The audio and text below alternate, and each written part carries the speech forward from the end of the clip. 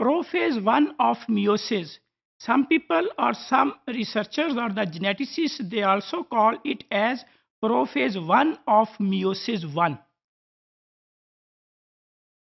Prophase 1 occupies more than the 90% time of the cell cycle or of the meiosis.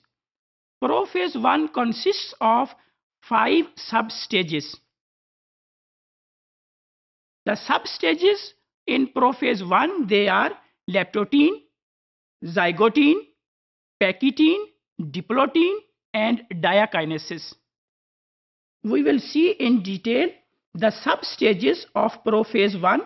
Prophase 1, the first substage is leptotene, then zygotene, then pachytene, fourth one is diplotene, and the fifth one is diakinesis.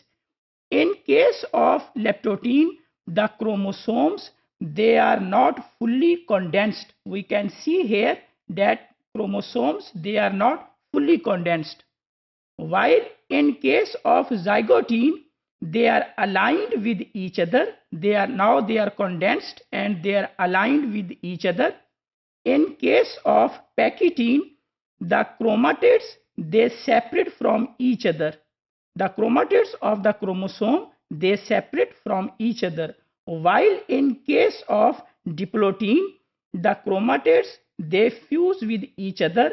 These are the chiasmata, which is formed during the fusion of the chromatids that belong to a homologous chromosome, but they are not the sister chromatids. They are called non-sister chromatids.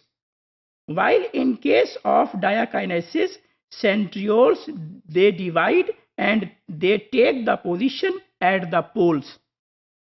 Events of the prophase 1. Duplicated chromosomes, they align with each other and they form pairs. The nucleolus disappear from the cell and centrioles, they divide and they move to the opposite poles of the cell where they take the positions.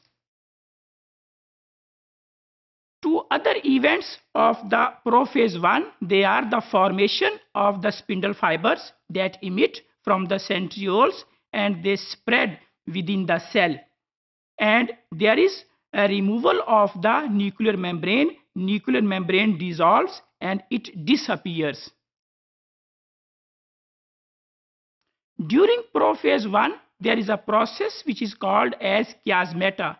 Chiasmata is a process in which the chromatids of a homologous chromosome, which are not the sister chromatids, chromatid of one of the homology crosses with the chromatid of the second homology.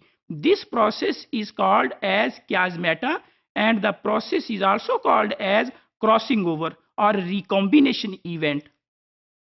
Here we can see the pairing and exchange of chromosome fragments. These are the homologous chromosome. Homology 1 is in blue color, while the homology 2 is in pink color. They come close to each other, and as a result of crossover or as a result of chiasmata that is formed between two homologous chromosomes, they exchange the fragments and parts. Pink color is here while the blue color is here. So this process is called as exchange of fragments or the chiasmata formation or the crossing over between the non-homologous chromosomes. Crossing over and chiasmata formation between homologous chromosome.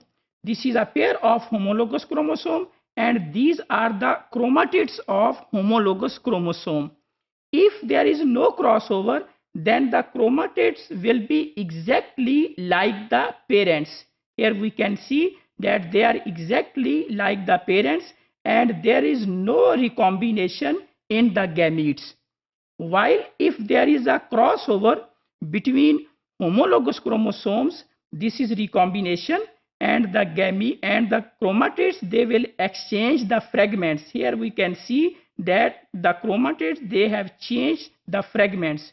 And if there is double crossover, then as a result of double crossover, we can see that some of the genes or alleles, they have arrived on this chromatid, and the allele or the gene or the fragment of this chromosome has arrived on this chromatid. So this is the process of chiasmata formation or the crossing over between the homologous chromosomes. If we see in this diagram about the prophase 1, where there is a chiasmata formation. Chiasmata formation is here between the homologous chromosomes.